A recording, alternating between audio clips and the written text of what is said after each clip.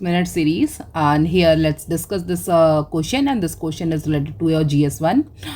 India is not mere territory but a civilization shaped by centuries. तो what civilisation एक तरह की civilisation है जो शेप सेंचुरी से शेप डाउन हो रखी है, then culture and the spiritual heritage.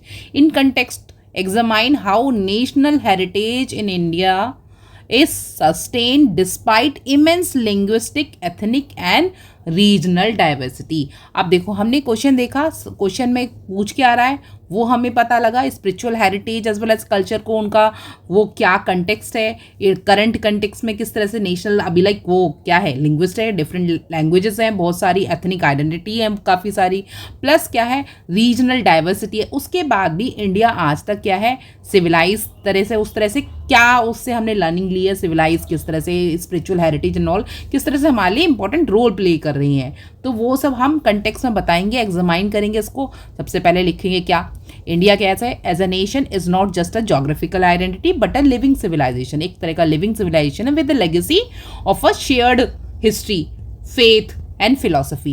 National integration in such a diverse country goes beyond कहाँ political unity के आगे जाती है. It reflects a harmonious coexistence of plural identity under one democratic framework. Historically we will say कि India evolved as a civilise state, जहाँ पे not as a nation नहीं आया, नेशन स्टेट नहीं आए थे वेस्टर्न सेंस में.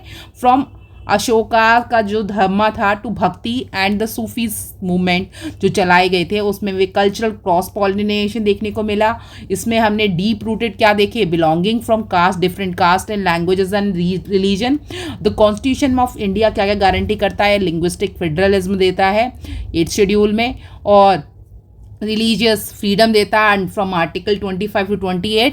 देन कल्चरल राइट देता है 29 to 30 देता है. पॉलिटिकल डिसेंट्रलाइजेशन देता है 73rd to 74th अमेंडमेंट में पॉलिटिकल डिसेंट्रलाइजेशन कर दिया. फिर एथनिक वायलेंस इन मणिपुर हमने देखा कि 2023 में से लेकर 2024 तक चलता रहा. रिवेल क्या दिखा रहा है, fragility of the regional integration और प्लस सब नेशनलिज्म इन कहाँ पे. और इसमें हम एथनिक वायलेंस के बाद भी हम इसमें वो भी डाल सकते हैं like communal violence and all, Delhi riot का देखा डाल सकते हैं, प्लस हम पहलगाम अटैक वाला डाल सकते हैं, वो भी डाल सकते हैं. फिर हम आगे बताएंगे सब nationalism in states like Tamil Nadu, linguistic assertion in Karnataka, point in rising identity consciousness. अब इसमें महाराष्ट्र में अभी क्या चल रहा है, मराठी स्पीकिंग के लिए वो ड्रामा चलता रहता है.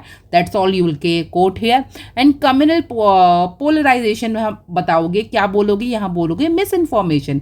एंड कल्चरल मेजोरिटेरियनिज्म चैलेंज करता है इंक्लूसिव इंडिया की आइडेंटिटी को, इंडियन आइडेंटिटी को. हाउ एवर ये सब जो एफर्ट्स है हमारे like Ek Bharat Shreshtha Bharat, PM Vikas for minority and reinvigorate tribes with यहाँ से नदर्न ईस्ट से एंड ट्राइबल रीजन में हेल्प क्या कर रहा है, फोस्टर नेशनल इंटीग्रेशन को फोस्टर कर रहा है.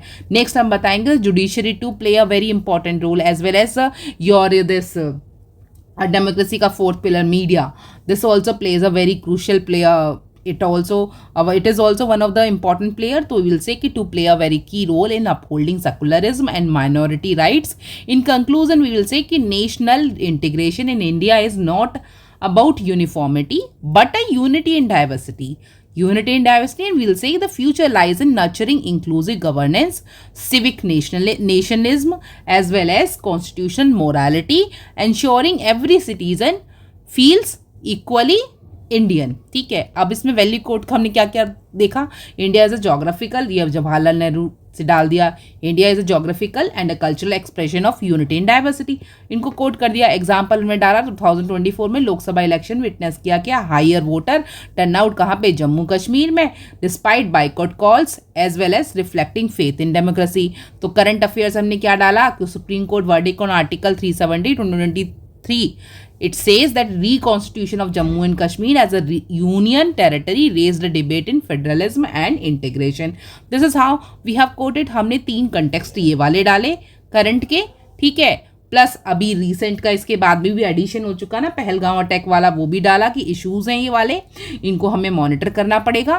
तो दिल्ली रॉयट हमने बताया. तो हमने क्या एग्जाम्पल्स हमारे पास में कितने सारे, हमने सारे एग्जाम्पल्स दे दिए, कई सारे एग्जाम्पल्स दे दिए.